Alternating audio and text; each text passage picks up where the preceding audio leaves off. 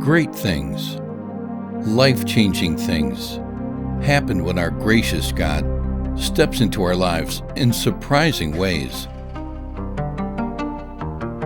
And we respond in faith.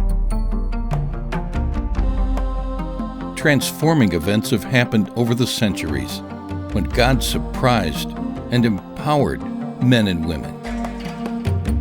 Even though Jesus told his disciples he would be crucified and then raised on the third day, they were surprised by the empty tomb.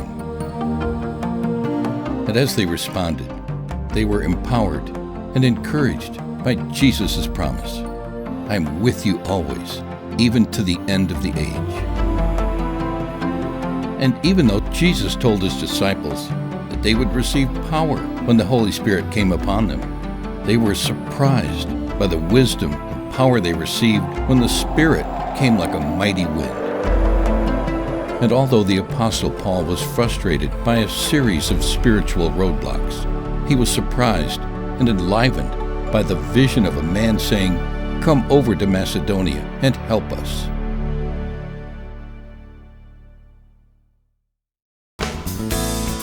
For more than 200 years, God has been inspiring and empowering American Baptists to go into all the world to help others come to Christ, grow in their relationships with God, and change their worlds through the power of the Holy Spirit. Well before International Ministries was born, God moved in surprising ways in the hearts of early Baptists. Men and women, both lay and ordained, were raised up to share the good news of salvation through Christ. Their God-inspired service changed lives throughout the world and laid the strong foundation upon which International Ministries is building today. Inspired by a life-changing sermon, former slave George Liele was moved at the cost of his personal freedom to plant churches and baptize thousands in Jamaica. Burdened by an unsaved world, English shoemender and pastor William Carey founded the Baptist Missionary Society in England and served as its first missionary in India. His evangelizing work sparked fervent interest in mission among Baptists and other evangelical Christians in the United States. Though she was unable to stand or walk, 21-year-old Mary Webb organized the Boston Female Society for Missionary Purposes, the Mother Society that led to the creation of other local and regional mission societies. In humble obedience, Adoniram and Ann Judson entered Burma to begin their mission work in Asia. Empowered to go global, to make disciples of all nations, Baptists organized the General Missionary Convention of the Baptist denomination in the United States of America for Foreign Missions, which later became International Ministries. Called to cooperation in mission, former slaves Lot Carey and Colin Teague teamed up with partner organizations to expand our mission through their pioneer work in Liberia. Serving respectfully, father and son missionary team Evan and John B. Jones forged deep relationships within the Native American culture. They were the only missionaries of this time to learn and fluently speak Cherokee. Coming alongside his countrymen, Frenchman Jean Casimir Rostand became our first missionary to Europe.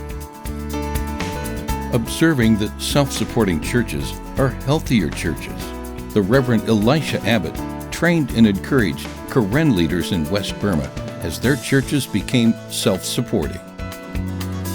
Seeking to meet the needs of the least of these, Dr. Ellen Mitchell was appointed as a missionary physician to serve in Burma, where she established a hospital and a ministry to help people with leprosy. Yes, great and powerful things do happen when God moves, inspires, and surprises us, and we respond in faith. Sustained and empowered by your prayers and your faithful response, International Ministries continues to demonstrate God's love by sharing Jesus and meeting human needs around the world. Today, more than 1,800 mission workers serve both long and short-term in more than 70 countries, carrying out God's work of transforming lives. Our work centers on areas of need such as evangelism. Jesus commanded his followers to make and baptize disciples and to teach them to obey his commands. For more than 200 years, International Ministries mission workers and partners have been helping people experience God's love and be transformed by the Holy Spirit. Lives are being changed. Churches are being planted. Leaders are being trained. Human trafficking. Jesus announced that he had come to proclaim release to the captives, to let the oppressed go free. International Ministries mission workers are living out these words by combating modern-day slavery and exploitation, meeting physical, mental, and spiritual needs, and providing vocational and life skills training. Economic development. The biblical vision of eating the fruit of the labor of your own hands moves International Ministries to equip families so they can care for themselves and contribute to their communities. Using expertise in agriculture, finance, and technology, International Ministries mission workers and partners are working to strengthen economies, train and mentor local leaders, and promote long-term economic stability. Health and medical care. The Apostle John said, "I pray that all may go well with you, and that you may be in good health, just as it is well with your soul." That prayer inspires International Ministries mission workers and partners to help people experience physical and mental wholeness, to provide disaster relief, and to offer shelter to vulnerable and exploited women and children. Peace and refuge.